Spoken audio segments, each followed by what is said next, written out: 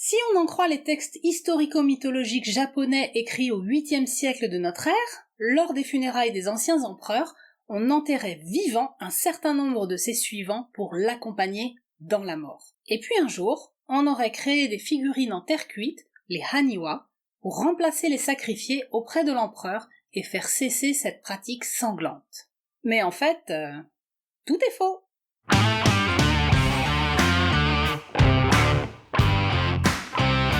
Bonjour et bienvenue sur Truelle la vie, la chaîne qui vous parle d'archéologie. Aujourd'hui, on va parler des haniwa, ces figurines en terre cuite qu'on trouve sur les tombeaux de la période des Kofun au Japon, entre les 4e et 6e siècles de notre ère. Loin des légendes véhiculées dans les textes, je vous raconte ce que l'archéologie nous en dit. La période des Kofun est une période durant laquelle les chefs régnant sur un territoire montent en puissance. On assiste au développement d'une véritable aristocratie guerrière, dont je vous ai déjà parlé dans l'épisode sur la naissance des guerriers japonais. Et pour marquer leur pouvoir grandissant, ces chefs se font enterrer dans des tombes en tumulus, les Kofun. Plus les chefs contrôlent de vastes territoires, plus leurs Kofun sont énormes. Donc, c'est à celui qui aura la plus grosse tombe. Kofun veut dire tertre ou tumulus ancien. On trouve plusieurs sortes de Kofun, des circulaires, des quadrangulaires et même quelques octogones. Mais les plus nombreux et les plus célèbres sont ceux dits en trous de serrure, rapport à leur forme vue du ciel.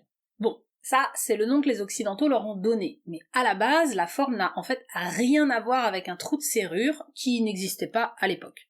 Et puis de toute façon, même encore aujourd'hui au Japon, il n'y a pas de trou de serrure de cette forme.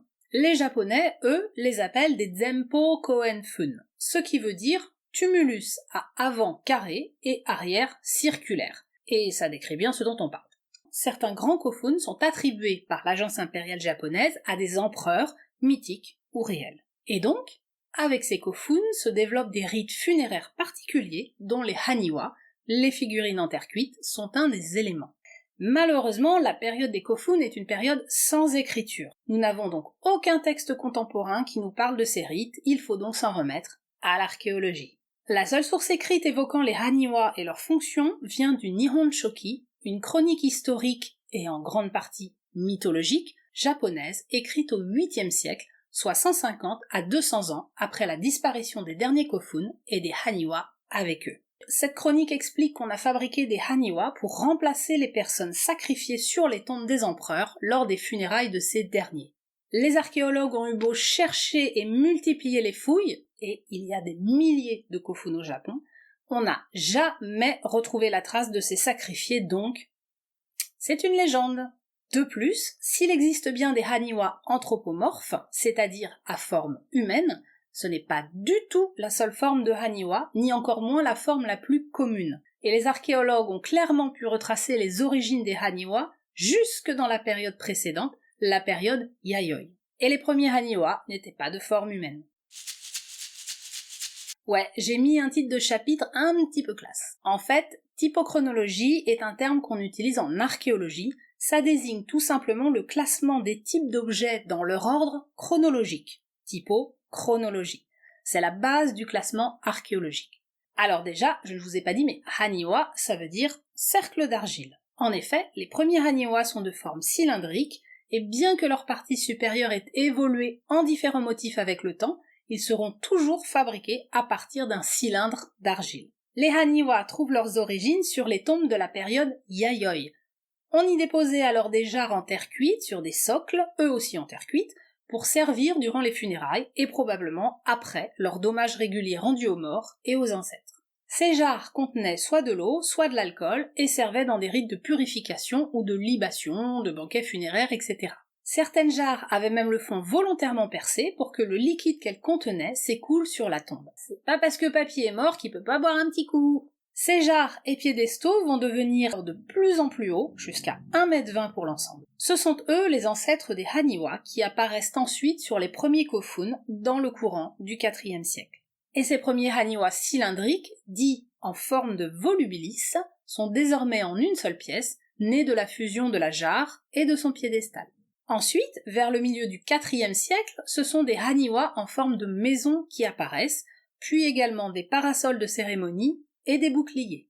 À partir du 5e siècle, on ajoute des pièces d'équipement militaire comme des épées, des carquois remplis de flèches, des armures ou encore des casques. Dans la seconde moitié du 5e siècle apparaissent enfin les haniwa anthropomorphes, donc à figure humaine, et zoomorphes, en forme d'animaux. Parmi les haniwa anthropomorphes, on trouve des guerriers, des nobles, hommes et femmes, des lutteurs, des musiciens, des danseurs et danseuses, des palefreniers, des paysans, des prêtresses, etc. Et parmi les animaux, on a des oiseaux aquatiques, des coqs et des poules, des chiens, des sangliers, des cerfs et des chevaux. Les haniwa cylindriques en forme de volubilis, ainsi que les boucliers ou les épées, sont généralement placés autour du tumulus, sur ses flancs ou sur les bords de son sommet. Les volubilis sont les plus nombreux et peuvent former des lignes de plusieurs centaines de cylindres.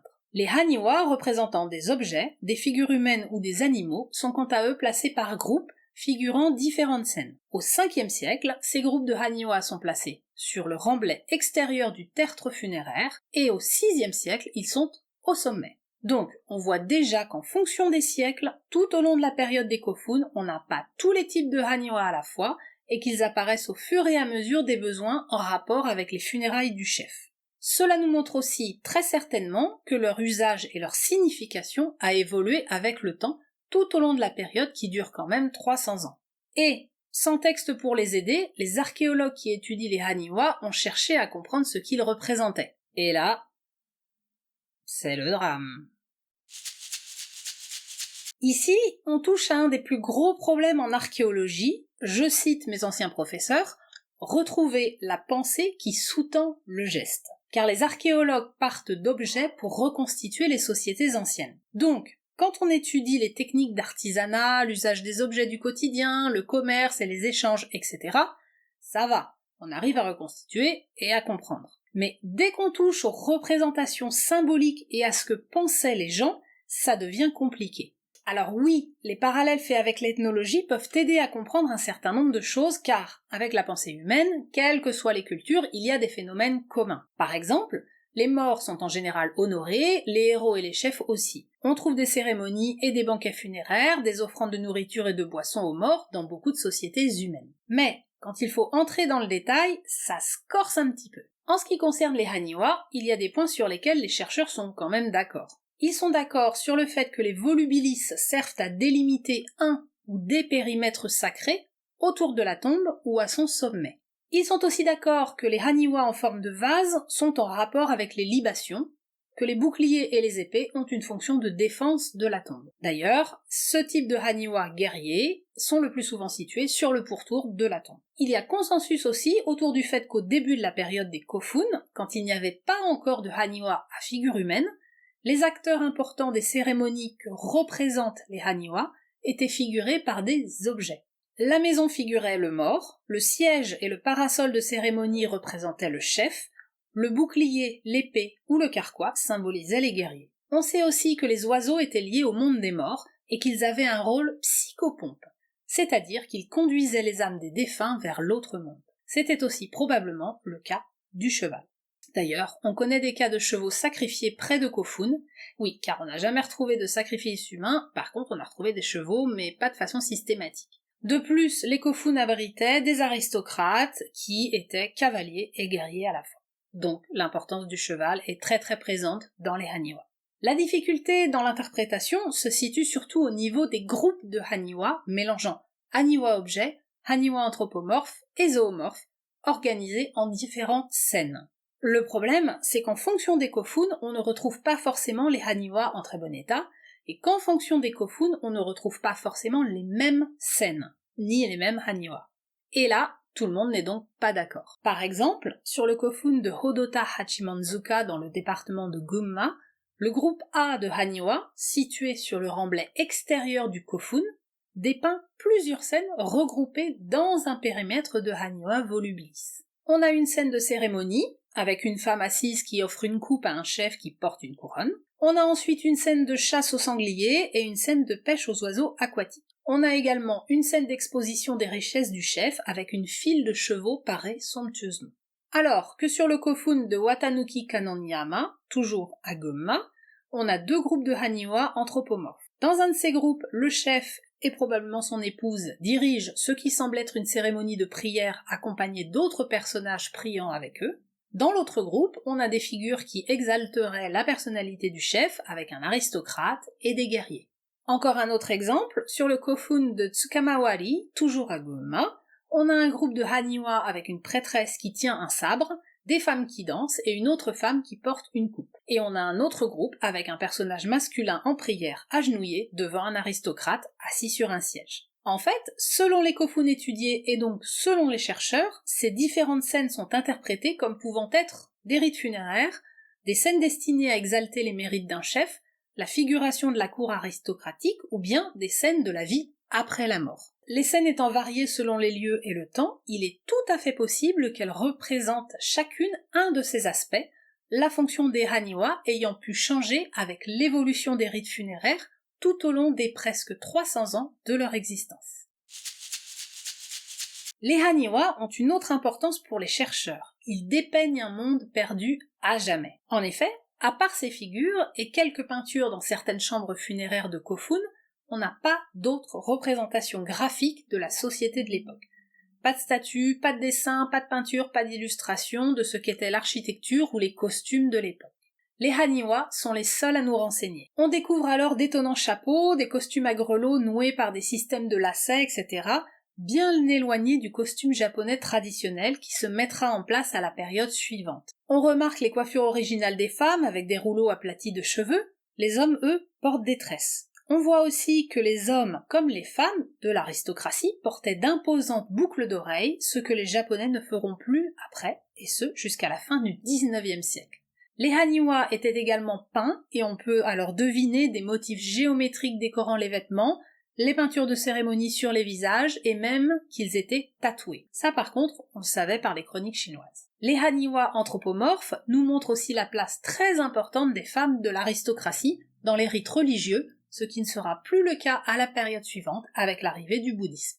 Les maisons ont des murs solides munis de portes et de fenêtres. On n'est pas encore passé à l'architecture en cloisons de papier qui apparaîtra aussi à la période suivante.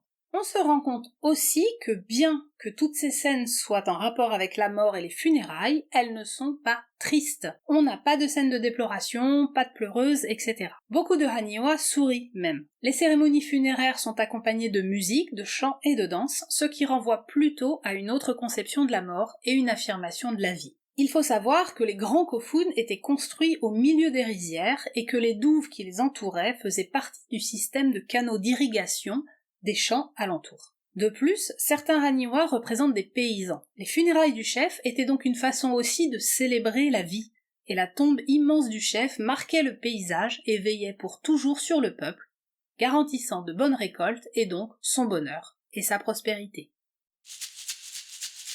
Les haniwa sont donc l'expression originale des rites funéraires et des conceptions de la mort des anciens japonais de la période des kofun. Ils nous permettent aussi d'imaginer à quoi ressemblait une partie de ces gens et leurs habitations. À partir du milieu du VIe siècle, les influences continentales venues de Chine et de Corée se font de plus en plus nombreuses dans la culture des kofun. Elles sont massivement adoptées par l'aristocratie et petit à petit, de nouvelles conceptions sociales et religieuses remplacent les anciennes traditions pour former, aux époques suivantes d'Asuka et de Nara, ce qui deviendra le creuset de la civilisation japonaise. À la fin du VIe siècle, les kofun en forme de trous de serrure disparaissent et les haniwa avec eux, témoins d'un monde oublié qui renaît grâce à l'archéologie. Merci d'avoir regardé cette vidéo, j'espère qu'elle vous aura plu et que vous aurez pu en apprendre un petit peu plus sur ces mystérieuses figurines. Si vous avez des questions, n'hésitez pas à les poser en commentaire, je vous répondrai avec plaisir. Partagez les vidéos pour faire connaître la chaîne si vous aimez, mettez un petit pouce bleu ou abonnez-vous pour recevoir les notifications de la prochaine vidéo. Je vous dis à très vite et prenez soin de vous.